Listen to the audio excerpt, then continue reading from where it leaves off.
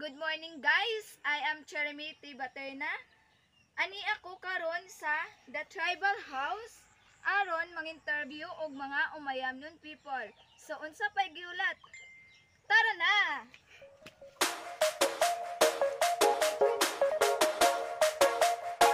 Piat masulom nay tay, pwede ko musulod? Mopian masalong punto ki ko inday. Solod ka kay.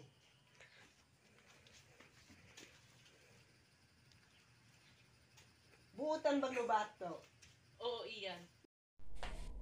So, mayong buntag, nay, tay, mayong buntag. Nadi ko karon aron sa pag-interview kaninyo kung inyo po kong tugutan about sa inyong tribo, mga mao ang umayamnon. So, ako di ay si Cheremy Tibate na estudyante sa Bukso, San Fernando. Then, ani ako karon aron sa pagkuha og mga background kaninyo kung unsa gyud ang umayamnon nga tribo. So, by the way, mangutana sa ko unsa inyong ngalan. So, ako si Jason S. Salusad. Mao ni akong asawa nga si Jemima Salusad. Mao ni akong anak nga si Ana Salusad. So, ato nang sugdan. Sige. Kanang ang unsa na sa inyo nga ang word nga umayamnon? Kanang umayam nun nga word, usa na siya ka tubig bitaw nga dako, muna ang umayam. Amo nang giingon nila nga Umayam River. Oo, umayam river. Unya kami mga tao nga nagpuyo dito, muna din mi ang gitawag og umayam nun.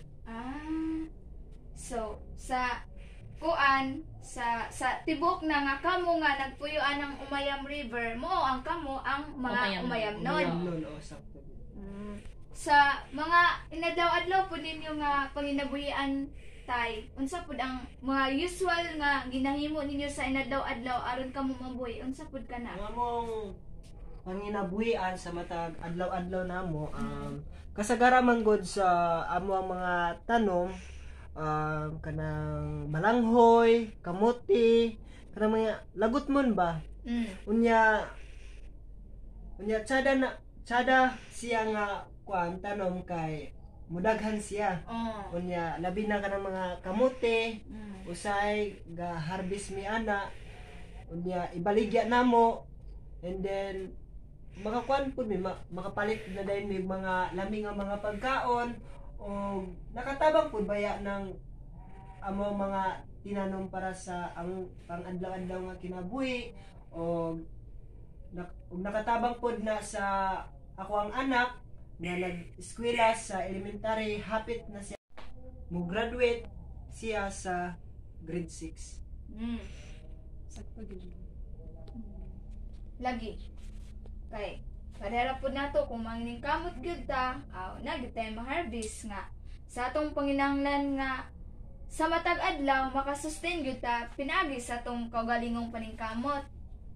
Sa inyo pud nga tribo kanang napod may mga ritual unsa mga sa inyong mga beliefs ba mga sa amo mga ritual mga tinuan namo kami nga mga umayamnon, example moadto mi sa uma unya makakita mi kahoy nga dako bitaw anang baliti para singana unya mo respeto mi ana mo ingon mi og tabi-tabi po ingana ba.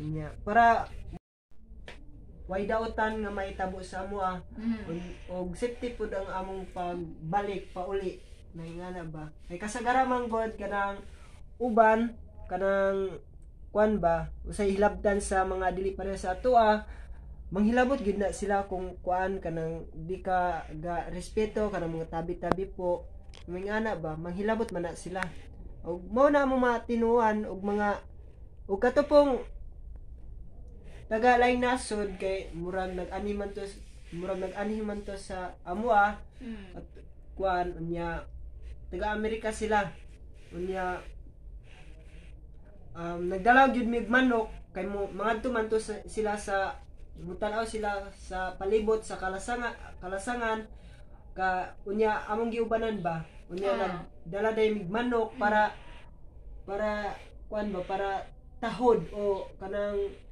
mananghid sa dili pareha sa ato kanang kumbaga nagrespeto ta nga unta walay mahitabo sa kani nga mga tawo gikan sa lain nasod.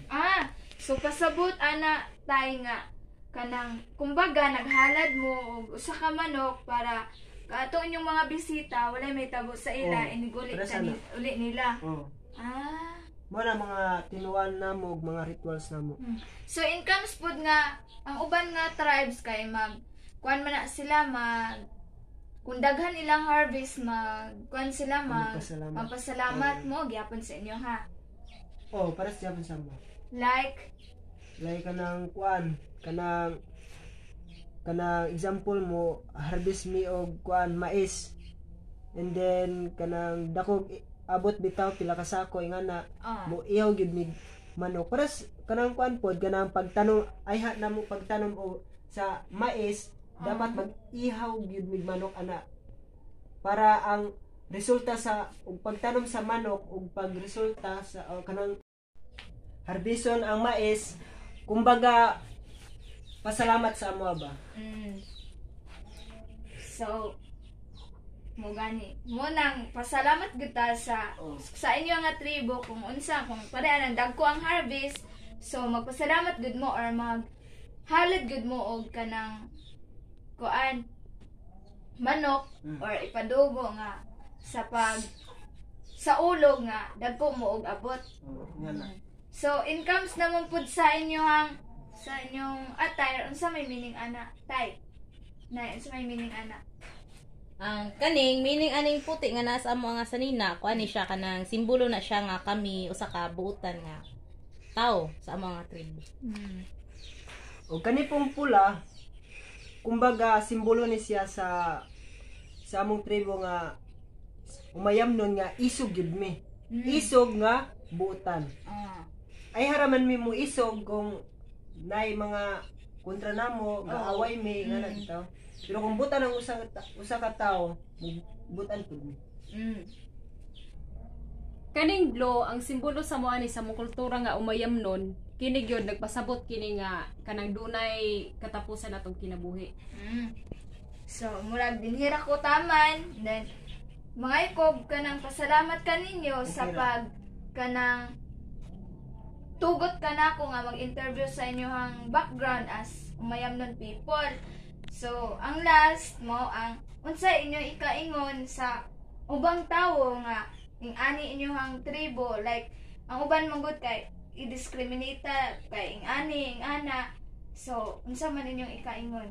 So ang akong kaingon sa mga gatan-aw karon diha nga kami nga mga umayam nun isog mi nga mga tao pero butan mi kung magbinutan mo. Unya kami pod nga umayam nun di mi basta-basta kay bisag simple ra kayo ang among panginabuhian pero kini nakatabang sa amuang pangadlaw-adlaw nga kinabuhi og unta dagan mog natun-an unya dili pod unta ninyo i-discriminate ang among panginabuhian kay tungod kami tao ra usab. So, tay, nice.